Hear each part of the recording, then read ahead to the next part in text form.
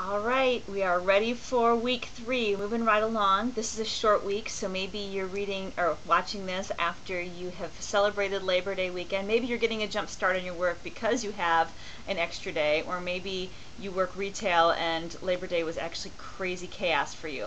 Whatever your situation is, I hope this video finds you doing well and feeling confident with the course.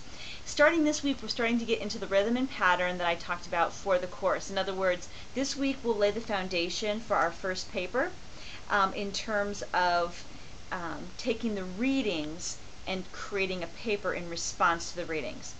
I'm getting a little bit ahead of myself, so let me first of all break down what you have to do specifically this week and then show you how it fits into the whole.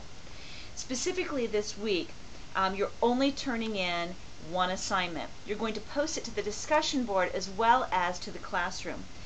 And what the discussion board is going to be, you have a list of readings from the Hirschberger book, one by Bryson, one by Lurie, one by Coffer, Grandin, Huxley, and Reichel.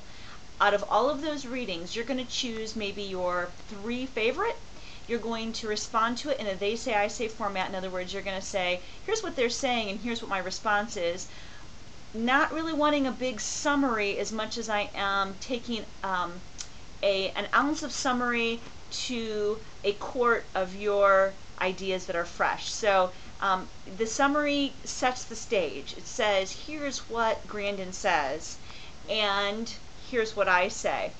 Some of them are more argumentative than others. You're going to clearly see in Huxley's writing that there's a definite strong argument, whereas Temple Grandin is more of a narrative of life, kind of exposing the way she learned to think as a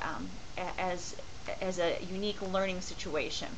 What I want you to do with each one of the 3 you choose, again, is to give me an ounce, or give your fellow students a little bit of a context or a summary of where you're coming from, and then launch into your ideas. Write in such a way that other people can chime in on your conversation. You can even pose a question and put it out there to others. And again, just getting that conversation going. This is where in class we would be discussing this and talking about our ideas, and I didn't get this, did you get this? This is what I got out of it. Oh, it reminds me of, I wonder about, those kinds of things, okay? What is the author saying? What are they saying to be true? What do I know to be true related to their comments? Okay, and then you're going to respond to 2 students' writings, and of course more if you wish. The assignment that you turn in to me is going to be a copy and paste of those, and I don't care if you use an attachment or if you dump it right into the message box. You don't even really have to clean it up. I can read through the gobbledygook to get what I need. So this is, again, kind of informal writing. Keep your grammar as academic as possible. Don't text speak in this. No abbreviations, no LOLs, okay? But do keep it casual, conversational. I said that this is what's due this week. How this fits into the context is last week we talked about just our life as online learners, and we practiced a thesis worksheet. Now we're getting into the summary response part of the whole thing. We're responding to and summarizing some articles. Next week, you're going to choose one of these articles to do a more thorough summary and response from. More on that later, but do think of that as you're reading, which one article stands out to you that you could write about without further research and just kind of off the cuff share, here's what I noticed, here's what I agree with, here's what I disagree with, maybe one or the other, maybe both.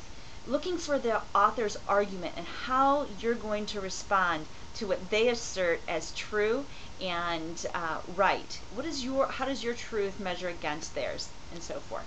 If you have questions, keep them coming. Please note that work from week 1 has been graded, and I try to always get the week prior to the one we're in graded during the week that we're in, so you never are waiting to see if you're doing something right in order to turn something in. That was kind of a messy way of saying I'll try to stay enough up to pace with you that you understand expectations and so forth.